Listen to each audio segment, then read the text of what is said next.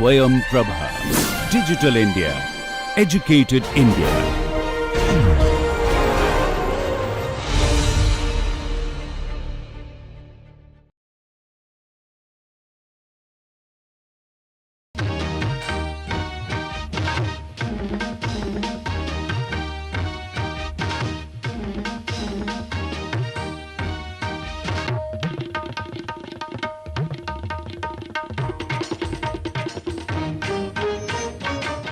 Hello everyone, welcome to this lecture. In the previous lecture, we talked about vibration of single degree of freedom systems with structural damping. In this and the next lecture, we are going to talk about modal analysis of multi-degree of freedom systems, and we are going to consider undamped systems first. So, we are going to talk about modal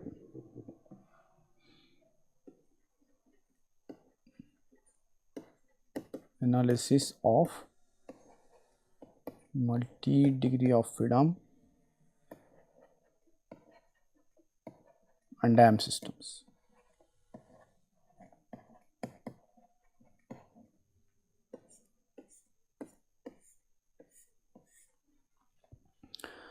So, multi-degree of freedom systems, now they are distinct from the single degree of freedom systems in the sense that multi-degree of freedom systems have more than one mode of vibration, okay, while single degree of freedom system had only one mode of vibration. A multi-degree of system with n degrees of freedom has n modes of vibration. So, that is one difference that is going to occur, and that is going to lead to many new concepts associated with multi-degree of freedom systems. We are also going to talk about undamped systems first. The idea is that some systems in practice can be approximated well as an undamped system, and then because we can study the natural frequencies, dynamic response of these systems reasonably well by neglecting damping, and hence we are going to focus on undamped systems first. Another inspiration to study undamped systems originates from the consideration that many new ideas like what is eigenvalue problem, modes of vibration, eigenvalues, eigenvectors, normalization of mode shapes, and all these concepts can be introduced more easily using undamped system model, and then we can extend these concepts to damped systems. So, therefore, with this introduction, let us start with free vibration of an undamped system, multi-degree of freedom system.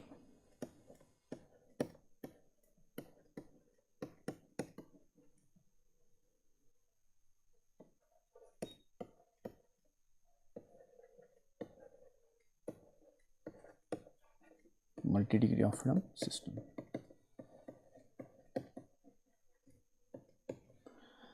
And we are going to consider as an example a 2 degree of freedom system.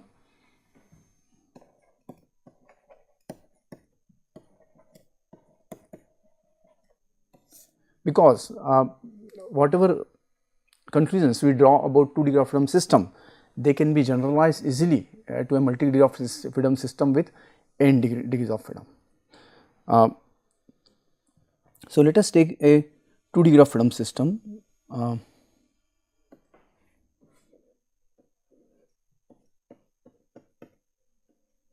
So, this is spring, and then we have a mass connected to another spring,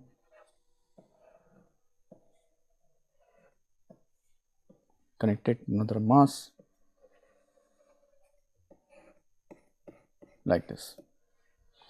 And let us say these masses, they can move freely in the, means they can have motion in the axial direction like this.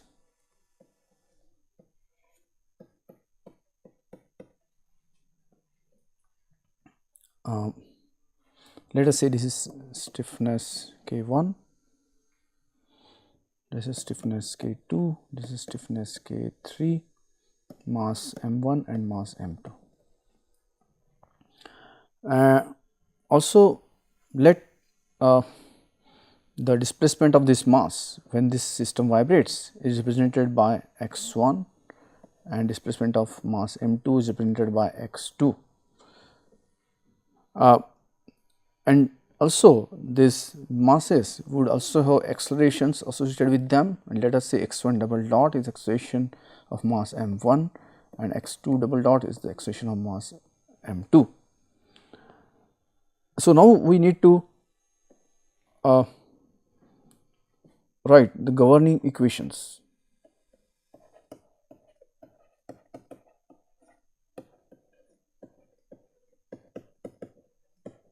So, what are the governing equations of motion of this system? So, let us use the first thing of course is that let us make free body diagram of each mass, so that we can write equilibrium of that mass. So, if you look at mass m1, so when it is displaced by amount x1 and mass m2 is displaced by amount x2, then the force on this mass would be k1 x1 in this direction. Then we will have a force due to spring k2, and that force would be k2 x2 minus x1, right. So, these are the two forces that are going to mass m1. Similarly, we will have we can for mass m2 we can draw the free body diagram showing the forces that are acting on it. So, this force would be so this force in fact would be opposite to the, so this force would be k3 into x2, and you will have a force on mass m2 which is same as k2 x2 minus x1. Okay. So, here we can assume that if x2 is more than x1, then the spring k2 will be under tension, right, and hence it would try to pull the m1 and m2 masses together, and that is how we have basically obtained the direction of the forces due to spring k2. And then of course, we have this mass accelerating with x1 double dot in this direction and mass m2 accelerating with x2 double dot in this direction, right. And now if you use Newton's law, then we can write down the dynamic equilibrium of mass m1 as m1 x1 double dot is equal to minus k1 x1 plus k2 x2 minus x1, right. And then similarly for mass m2 we can write down m2 x2 double dot is equal to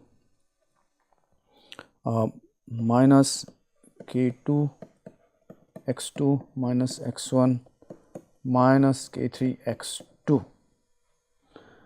So, if you now shift the terms to the left hand side and take x1 common, then we will have x1, the coefficient of x1 would be k1 plus k2, then we will also have coefficient of x2 and that coefficient would be minus k2. Similarly, the second equation can be rearranged in this manner. So, the coefficient of x1 is going to be minus k2 and then the coefficient of x2 is going to be k2 plus k3, right. So, in this way these are the two equations, and we can now put them in the matrix form. We can write them compactly in this manner. So, if we define the vector of accelerations as x1 double dot and x2 double dot then this matrix would be m1 naught and 0 m2. Similarly, if we define a matrix of vector of displacements x1 x2, then we get here k1 plus k2 minus k2 minus k2 and k2 plus k3, right. So, and then we can symbolically write this equation as m matrix M vector x double dot plus k and matrix K and vector of displacement x, like this. So, you can see this is something we have got mx double dot plus kx is equal to 0, but here all the vectors and matrices are involved as compared to scalar quantities appearing in the equation of motion for a single degree of freedom system. So, you can see in this manner we have got this equations of motion under the free vibration, right. This system is vibrating freely because there are no external forces continuously acting on the system, right, and the system is supposed to have been just disturbed initially or being acted upon by some initial force, like an impact being applied, and then system is left to vibrate on its own, and therefore system vibrates under free vibration. So, therefore, what we see is that now we have the matrices AM here and K. These two matrices basically govern the characterize the equation, and we see that these two matrices, they are symmetric. We can see that they are symmetric, and we also see that the matrix M is a positive definite matrix.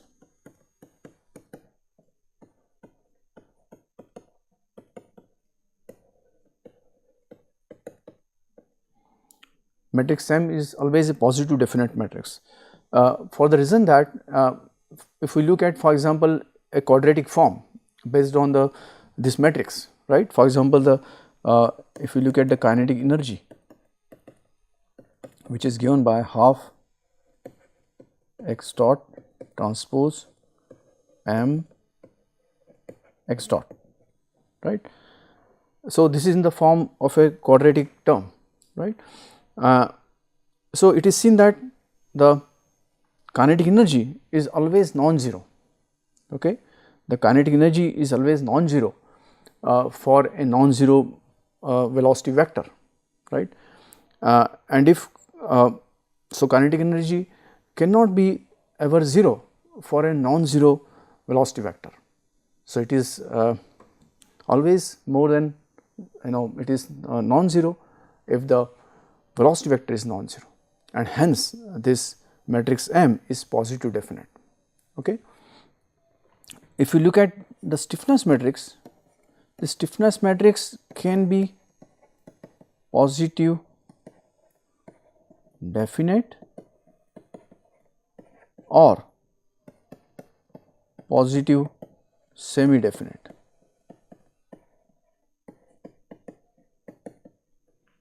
Okay. So, if you look at the quadratic form based on this stiffness matrix, which can be the potential energy,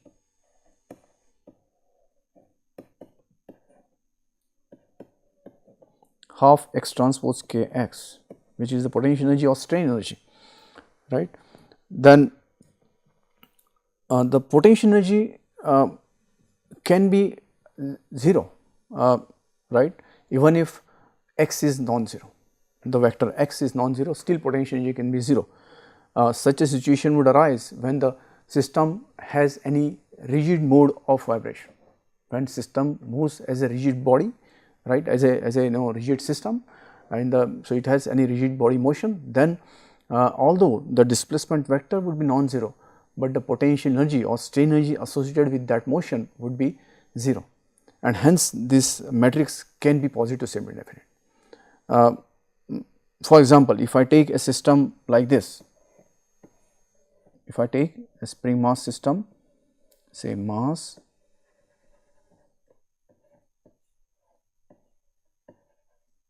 like this, okay. So this system, if moves like a rigid body, for example, if this has displacement x and if this mass, second mass also has same displacement x, then the spring here would be unstretched and there would be no energy stored in the spring. So, it means the strain associated with this kind of motion is going to be 0, right.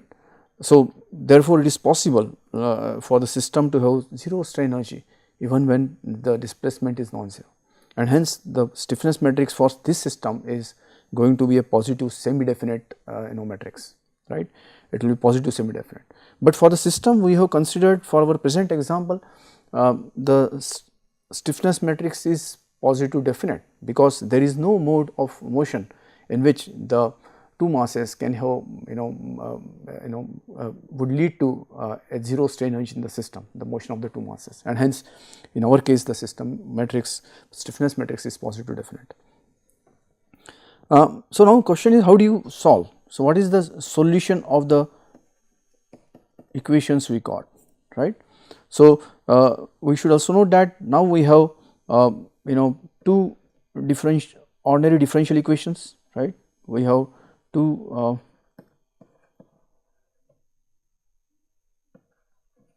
differential equations, right, of second order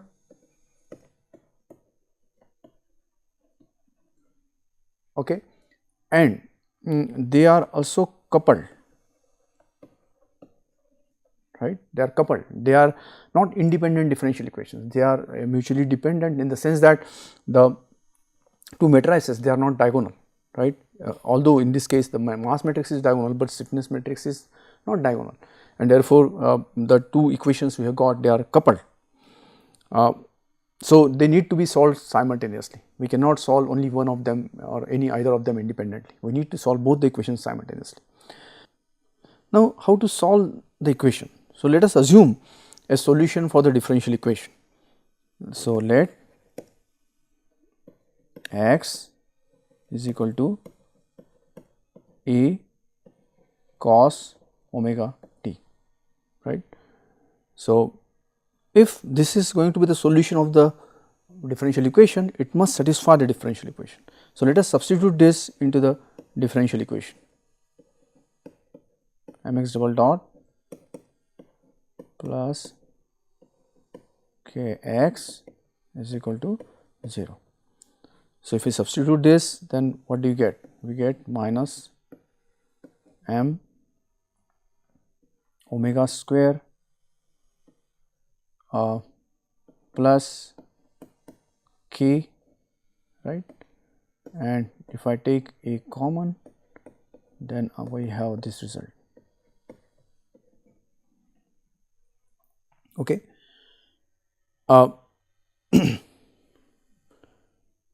And this can also be written as k a is equal to omega square m a.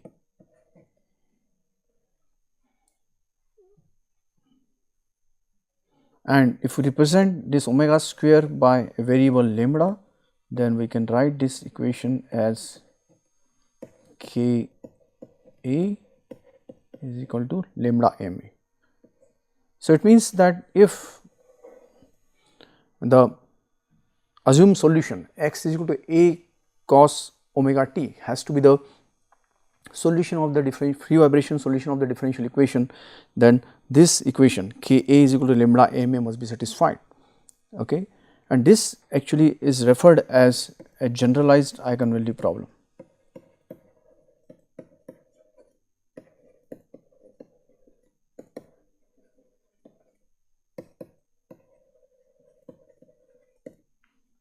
Okay, the generalized eigenvalue problem. So, there exists something called a standard eigenvalue problem. Let us go to next page. So, if you look at the standard eigenvalue problem, if I just write in short eigenvalue problem as EVP, then the standard eigenvalue problem in linear algebra is given by, let us say, if I have matrix, any matrix B, and so Bx is equal to lambda x. So, this is a standard eigenvalue problem. So, here basically B is a matrix which operates on the vector x, and then it produces this linear transformation produces the same vector x multiplied by a scalar lambda, right. So, that is nothing but the eigenvalue problem. Okay. So, in general what may happen is that if B operates on any vector x, it will produce in general a different vector y, right. So, Bx is equal to y, it will produce a different vector y. So, in this case, however, if x is such that when B operates on it, the result is the same vector x multiplied by a scalar lambda, then all such vectors which satisfy this condition are called as eigenvectors of the system, and the corresponding scalars, the lambdas, are called as eigenvalues of the system. But in the present case, we have the generalized eigenvalue problem, where we have got, so we have now the generalized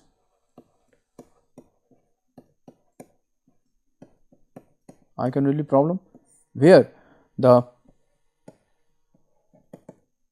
matrix on the right hand side is no longer unity. In the standard eigenvalue problem, the matrix M is unity, right, but here it is not unity. So, therefore, of course, here we have used the vector as A, not x. So, let me write that here.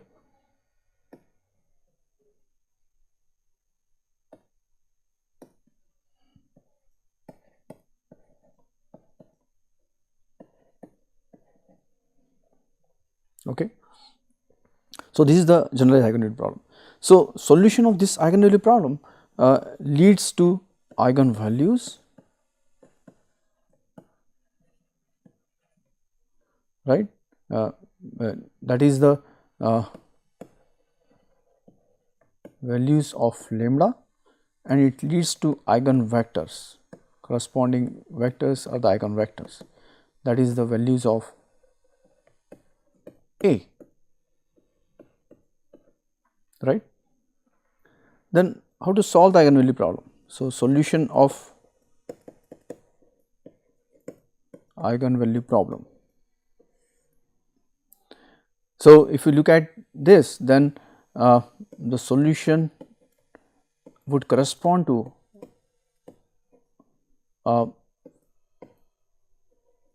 the determinant of this coefficient matrix to be 0.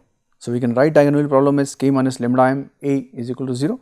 So, determinant of this k minus lambda m, this matrix should be equal to 0, right. So, this leads to a polynomial. Okay.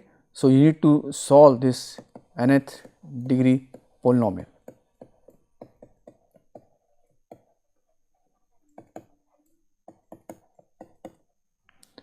So, nth degree polynomial lambda needs to be solved in order to find the n eigenvalues, and then we need to substitute this n is any particular eigenvalue back into the eigenvalue problem to find the corresponding eigenvector. So, when that is done, the equations to be solved are homogeneous, okay, and therefore, they do not have unique solution.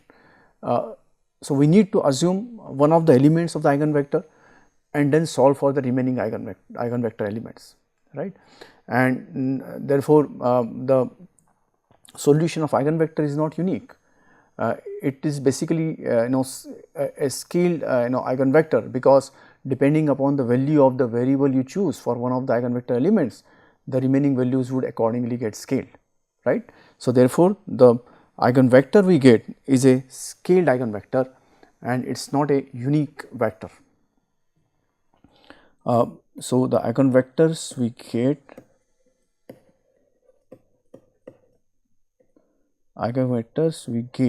right, they are scale vectors,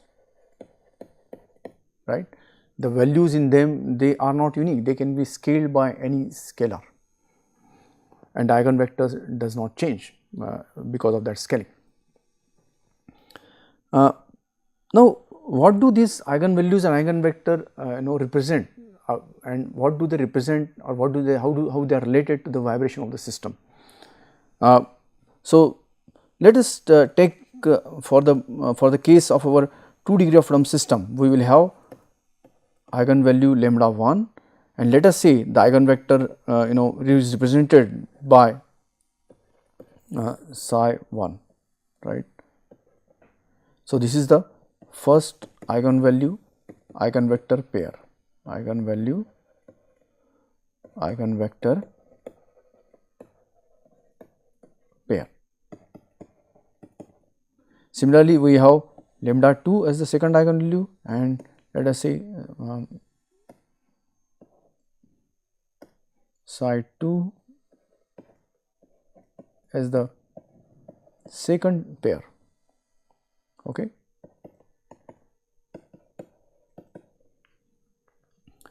Now, how these are related with the vibration of the system? So, because we got eigenvalue problem by assuming a solution for the free vibration, these eigenvalues and eigenvectors when substituted back into the assumed solution should give us a equation which satisfies the differential equation, right. So, we had the solution of the free vibration solution was given by A cos omega t, right. So, if I take the first pair, then the since we had lambda 1 was equal to omega, we can write omega lambda 1 as omega 1 square, because lambda was taken as omega square. So, this leads to omega 1 as square root of lambda 1, right, and then we can also replace A by the first eigenvector, right. So, when that is done, so what we get is free vibration solution based on first eigenvalue eigenvector pair, right. So, this is the solution based on the first eigenvalue eigenvector pair, and what we see is that this solution is a harmonic motion, right, because we have the term cos omega 1 t, and omega 1 is the frequency of the motion, and that is why we call this as the natural frequency of this of the vibration, because system is vibrating naturally and the frequency associated should therefore or can be called as natural frequency. Therefore, omega 1 is nothing but the natural frequency.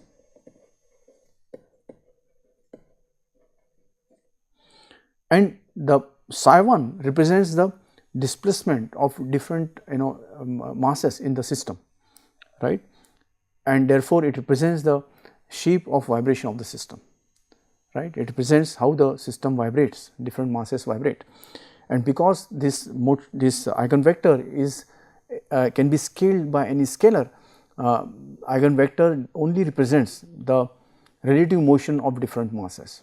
It does not represent the absolute motion, because it can be scaled by any scalar, and therefore this psi 1 the eigenvector is also called mode shape, okay. And these two quantities together describe the free vibration motion of the system. It represents a particular way, it represents the a particular mode of vibration, right. So, these two quantities represent the a mode of vibration, and we can call this as the first mode of vibration.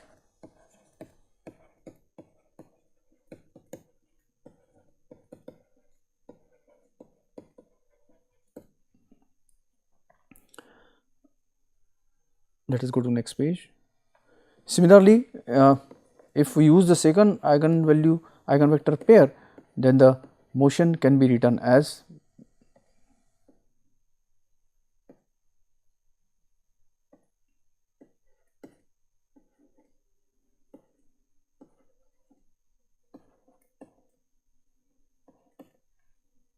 where omega 2 is square root of lambda 2, right. So, this represents another configuration or another way in which the system can vibrate freely. So, it can vibrate with omega 2 also, and in that case the vibration of the different masses of the system will be governed by eigenvector 2, right. So, this is called this represents the motion in second mode of vibration.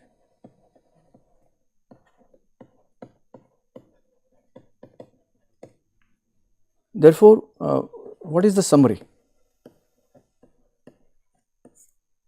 right. So, for a 2 degree of freedom system, right, we have 2 distinct ways in which system can vibrate freely. So, we have 2 distinct ways the system can vibrate naturally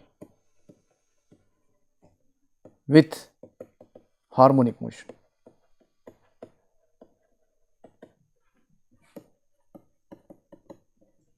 Okay, and therefore, we say that there are 2 principal modes of vibration.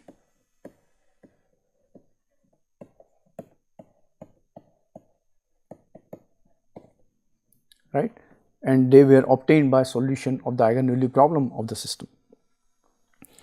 And these 2 principal modes, they are associated with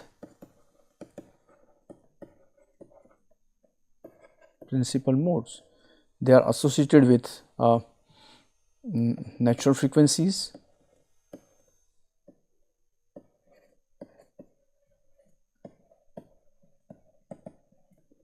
and corresponding mode shapes.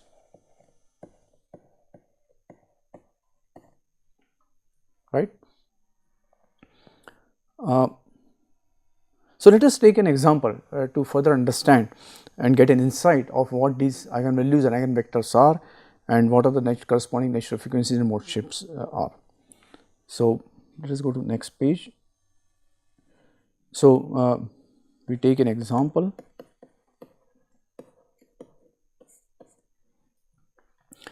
So, for the 2 degree of freedom system we have taken, let us say m1 is equal to m2 is equal to m, that is both the masses are equal to m, and k1 is equal to k2 is equal to k3 is equal to k, that is all the 3 springs have the same stiffness k. So, if that is so, what is going to be the eigenvalue problem? The eigenvalue problem we had was k minus lambda m, right.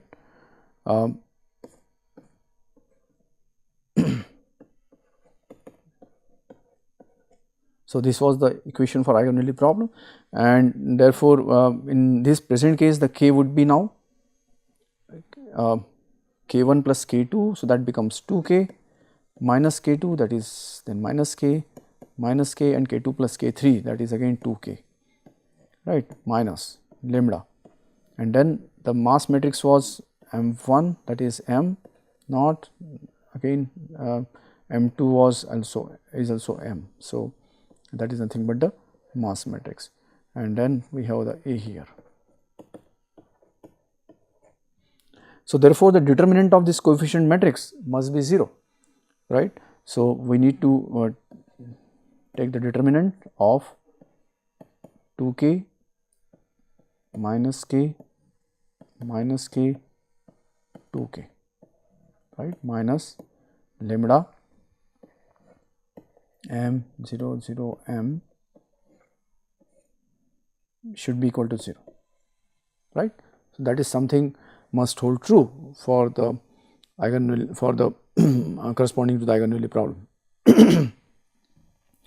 So, this determinant would be now simply 2k minus lambda m, right, multiplied by 2k minus lambda m, okay, and then we have minus k square is equal to 0, which means that 2k minus lambda m is equal to k square, which means that 2k minus lambda m is equal to plus minus k. So, if I solve for lambda, then what do I get? Let us say if I take positive sign, then I have lambda is equal to k by m, right, and because we have the natural frequency omega is equal to lambda and square root of lambda m, square root of lambda. Therefore, the first natural frequency, if we represent by omega n1, so n1 subscript n subscript is used to represent the natural frequency. So, omega n1 would be simply equal to under root k by m, and if I take negative sign, then we get lambda is equal to 3k by m, right, which leads to result that omega n2 is equal to under root 3k by m. So, in this way we get the two natural frequencies. Now, to obtain the eigenvectors,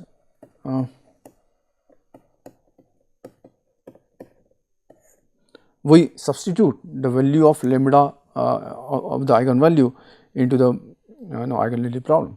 So, in the present case, what we have got is say 2k minus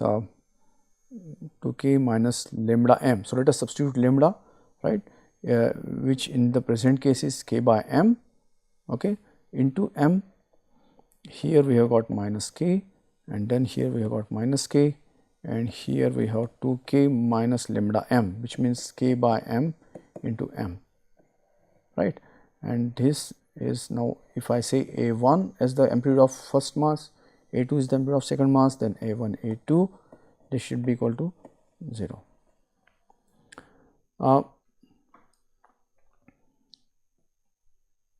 So, what this gives us,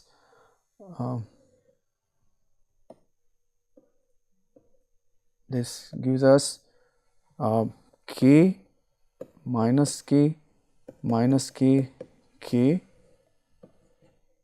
A1 A2 equal to 0, right. So, effectively we are having now both these, you can see the equations we get, if you simplify, the equation we get is A1 is equal to A2 from the first, okay, and the second equation also leads to A1 is equal to A2. So, you can see both we get basically two dependent equations. So, effectively we have only one equation which is independent, but there are two unknowns here, A1 and A2. So, this is a result of the fact that the equations we have got, they are homogeneous equations, right. So, that is why they cannot be uniquely solved. So, therefore, we assume, if we assuming say A2 is equal to 1, then A1 also becomes 1, right, and therefore, the eigenvector, if I represent by, let us say, if I represent the eigenvector by psi 1, right. So, in that case, this eigenvector would be simply 1 and 1. But if I change the value assumed for A2, then A1 accordingly changes, right, and then it results into a another another vector which basically is a scaled version of the vector just now we got. Okay. So, therefore, if I multiply, if I take A2 as say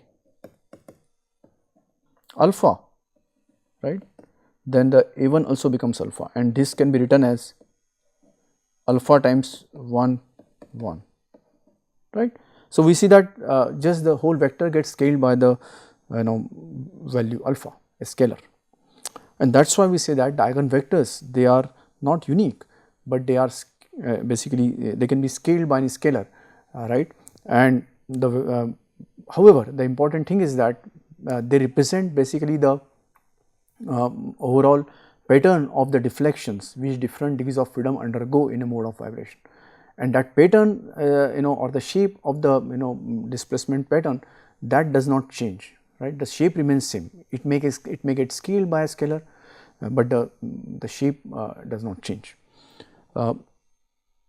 Similarly, if we substitute the other eigenvalue, then it can be easily shown that the second eigenvector we get as A1, A2 as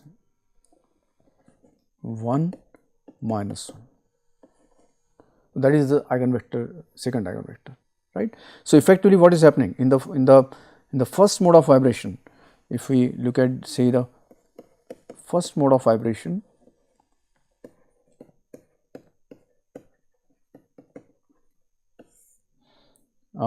if we show the motion of the masses, then let us say if I show the motion of the two masses on the y axis. So, I am going to show here x1 and x2, and let us say two masses are here, then what is going to happen? The mass m1 has the same displacement as that of m2, right, like this. Okay. And so, when the time progresses, this displacement is going to change like this.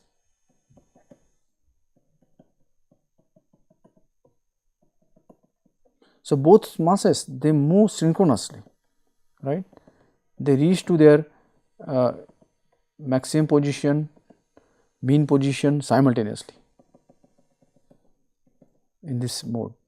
In fact, in every mode this is going to happen like this.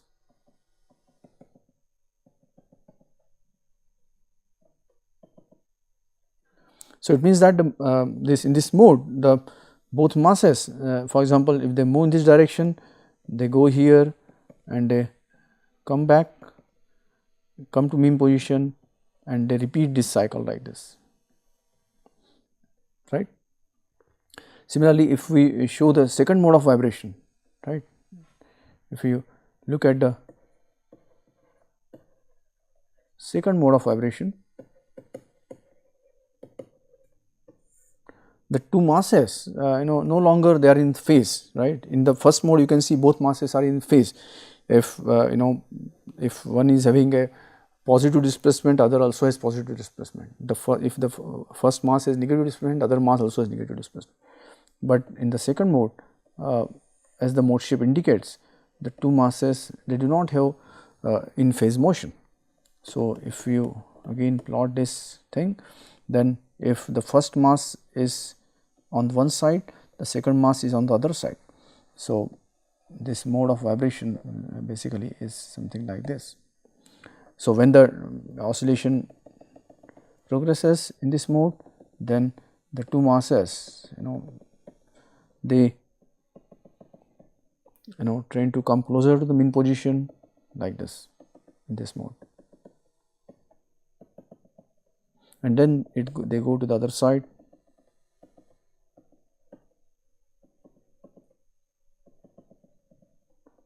and then they reach to the extreme position on the other side.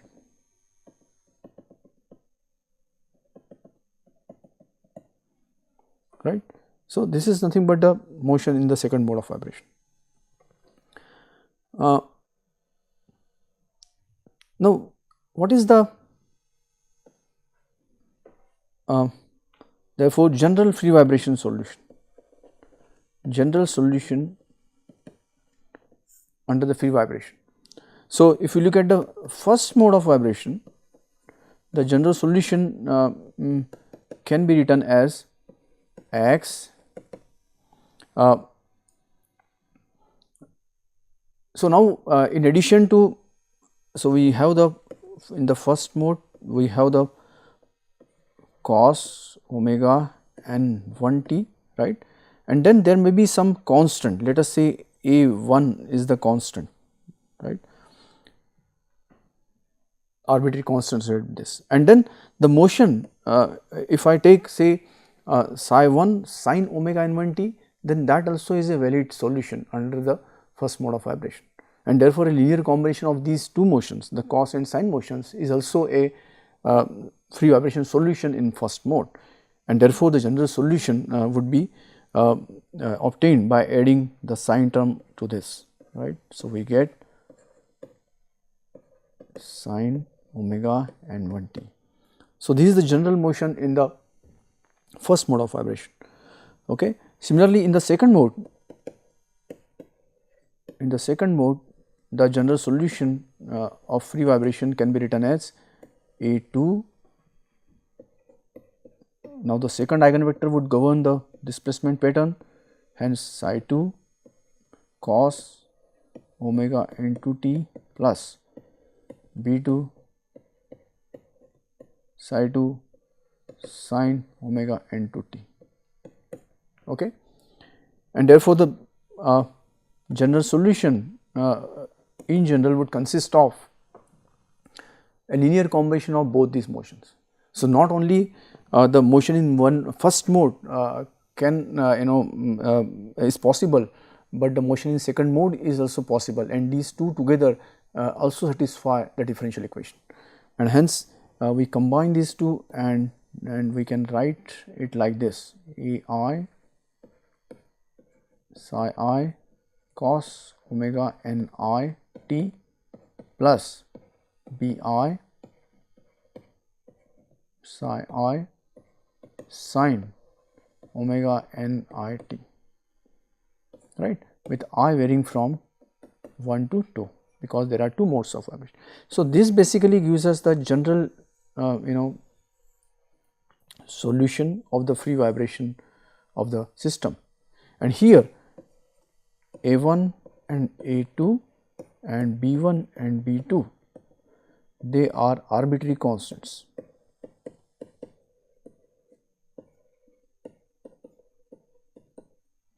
right, and their values, they depend on how the system was excited and what was the state of the system when the motion started, right. So, their values, they depend upon initial conditions,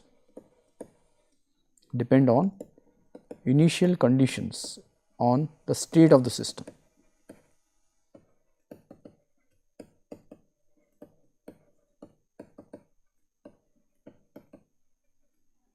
And here, this being a second order system, the state vector, describing the state requires specifying two variables for each mass, right. For both degrees of freedom, we need to specify two values of, for example, the displacement and velocity to prescribe the state. So, when we know the initial conditions in terms of displacement velocity on both the masses, we can find these arbitrary constants.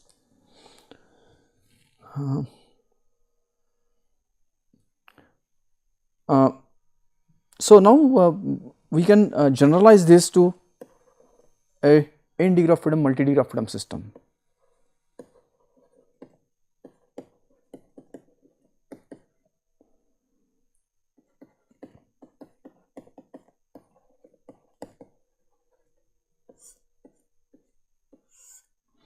So, generalization to n degree of freedom system. So, what is going to happen for an n degree of freedom system? The mass and stiffness matrices, they will be of order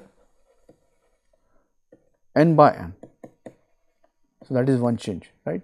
So, both the matrices, they will be of order n by n.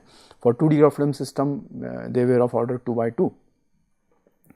But the properties, they would continue to have the same properties, like they would be symmetric, and mass matrix would be positive definite, and mass stiffness matrix would be either positive semi definite or positive definite. and then you will have n eigenvalues and n eigenvectors.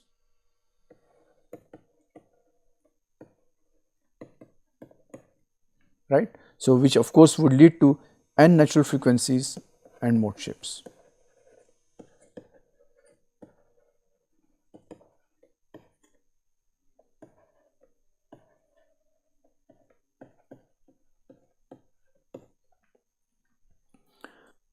Now, these eigenvectors, they satisfy a very important property, property of orthogonality.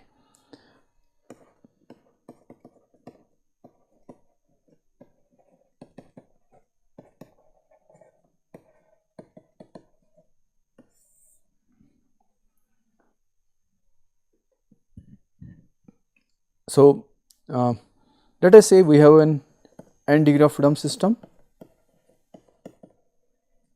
right, and let us now take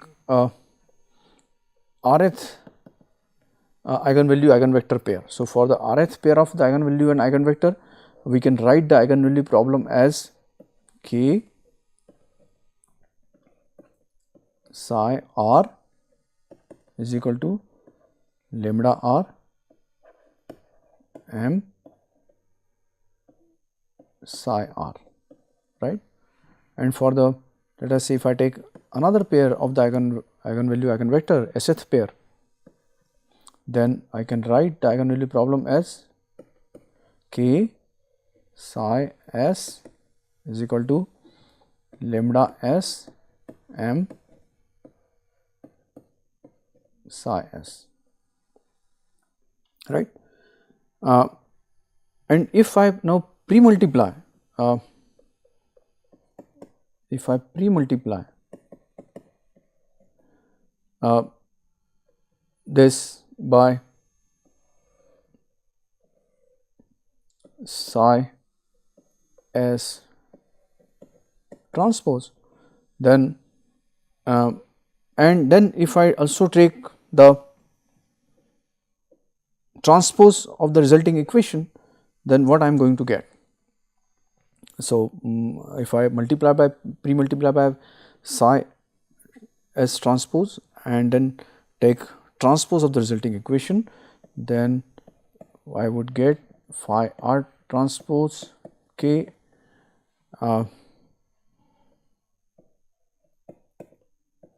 psi s is equal to lambda r transpose m psi s. So, here this is obtained from the fact that the two matrices are symmetric, right, and then we know the result from the matrix algebra that transpose of product of two matrices is equal to product of the transpose of the second matrix and the transpose of the first matrix. So, and then we pre-multiply the second equation by psi r transpose, and the result is this psi r transpose, sorry, k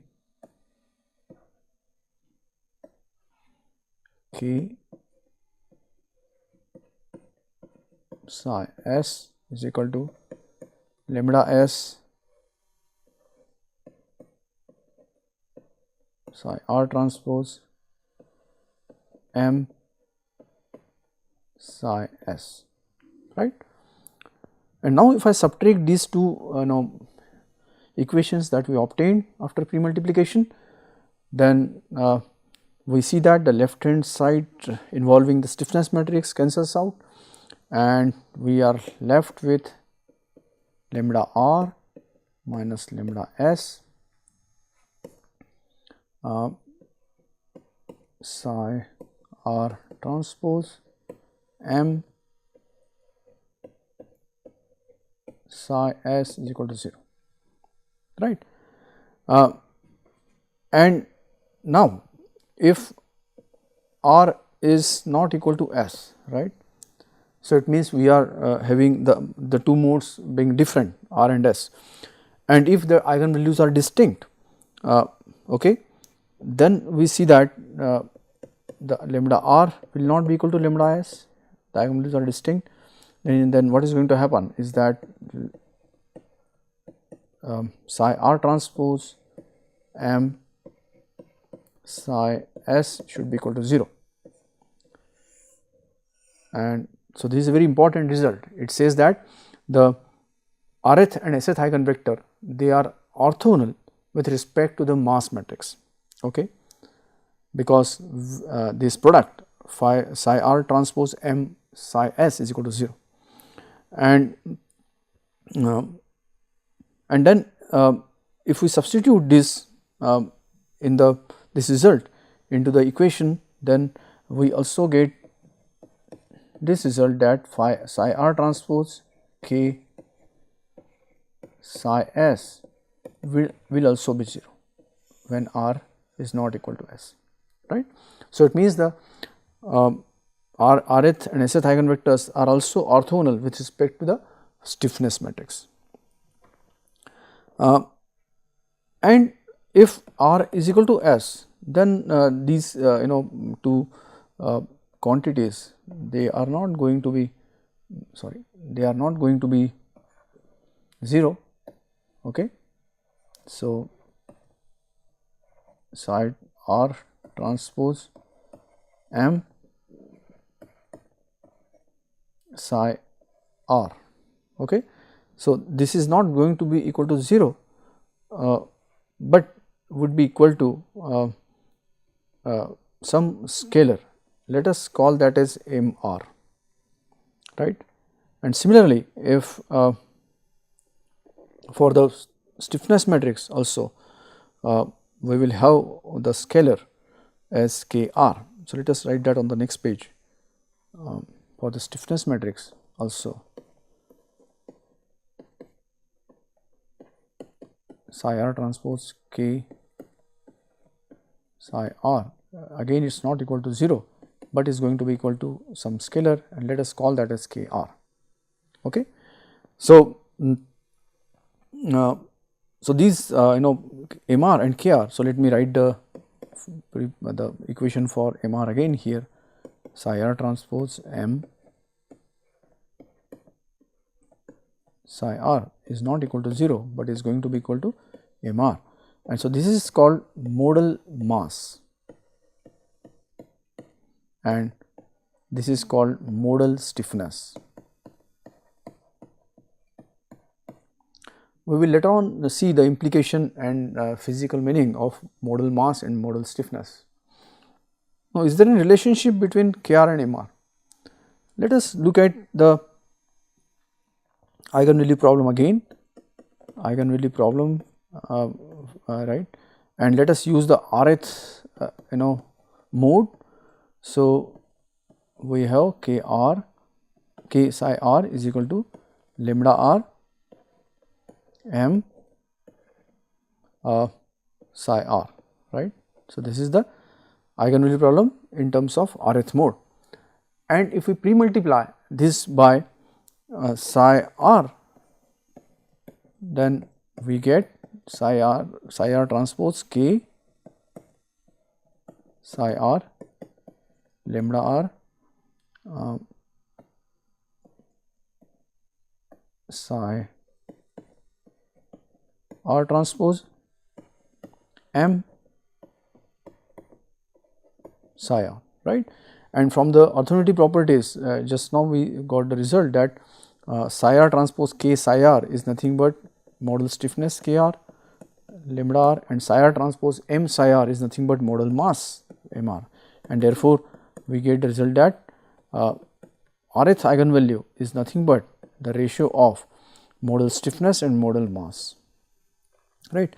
And because we also have the result that omega n r, that is the rth natural frequency, is equal to the square root of the rth eigenvalue, we get the result that omega n r is equal to square root of omega k r upon m r, right. So, this is a very important result, that the modal mass and modal stiffness, they basically together they are related through eigenvalue, right. Now, let us also define what is called as modal matrix.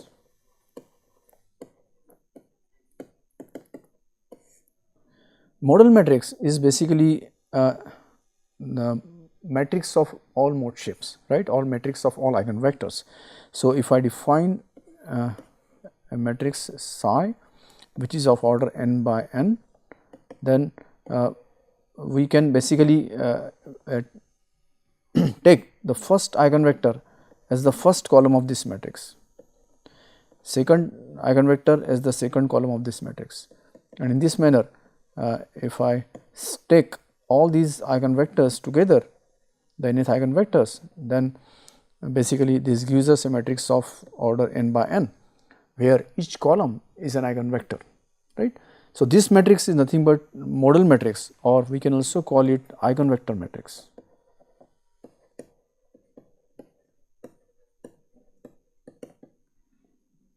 Okay.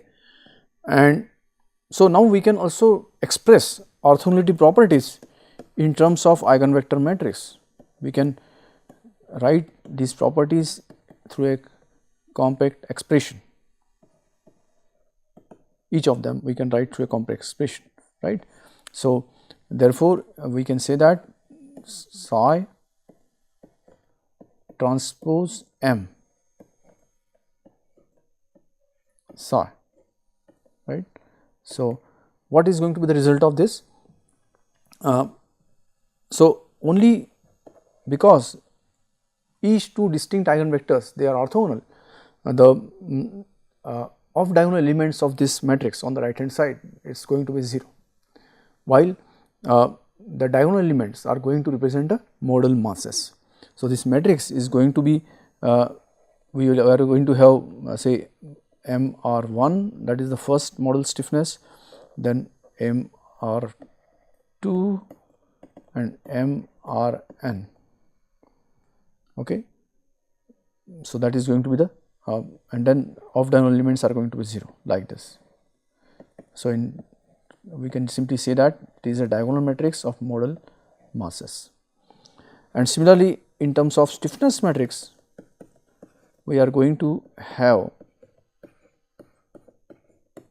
a diagonal matrix of modal stiffnesses. So, KR1, KR2, this goes up to KRN, and off diagonal elements would be 0, and we can represent this as a diagonal matrix of modal stiffnesses, right. So, that is how the orthogonality properties can be expressed in compact form, and these orthogonality properties play a very vital role in modal analysis, because they are going to allow us to decouple the equations of differential equations, right. That is something we will see later. Let us also talk about the normalization of these eigenvectors.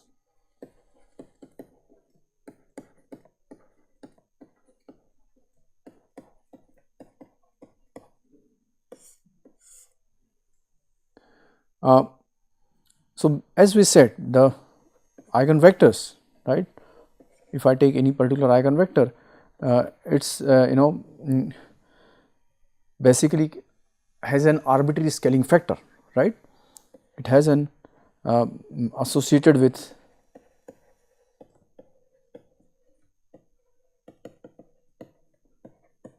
a scaling factor. So, the question is that can we choose a specific method of scaling this eigenvector. So, the first method to scale this eigenvector could be like we say that the maximum element in this eigenvector is unity.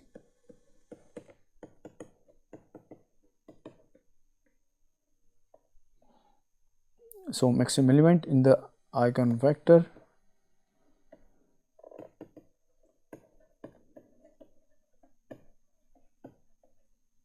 is unity. So, to scale it in this manner, what we do is that we check which is the maximum element and divide the whole eigenvector by that element. So, which basically forces the maximum element to occupy unit value, and all the remaining elements occupy a value less than that, right. The other method that can be used is to have the length of the eigenvector as unity, length of the eigenvector is unity. So, we can therefore find the Euclidean norm of the eigenvector and divide the vector by that. Okay. So, that will ensure that the Euclidean length of the new vector is 1. Another method that is used, which is widely used in modal analysis, is mass normalization.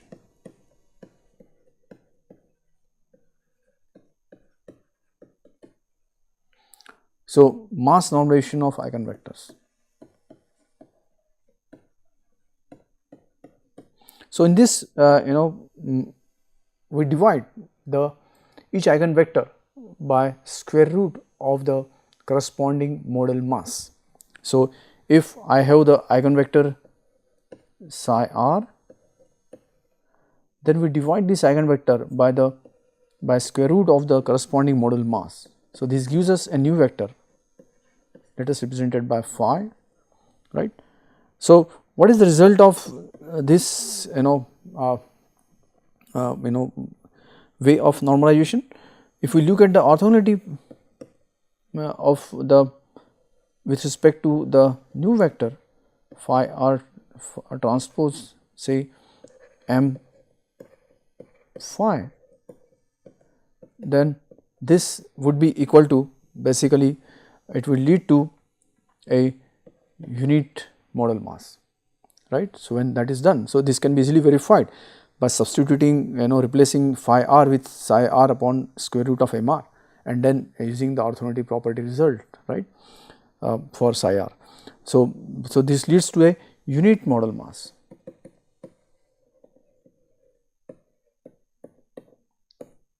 So, an eigenvector, when it is mass normalized, will have a unit modal mass, and that is basically the idea behind mass normalized eigenvectors, and therefore, phi r is also referred as a mass normalized eigenvector.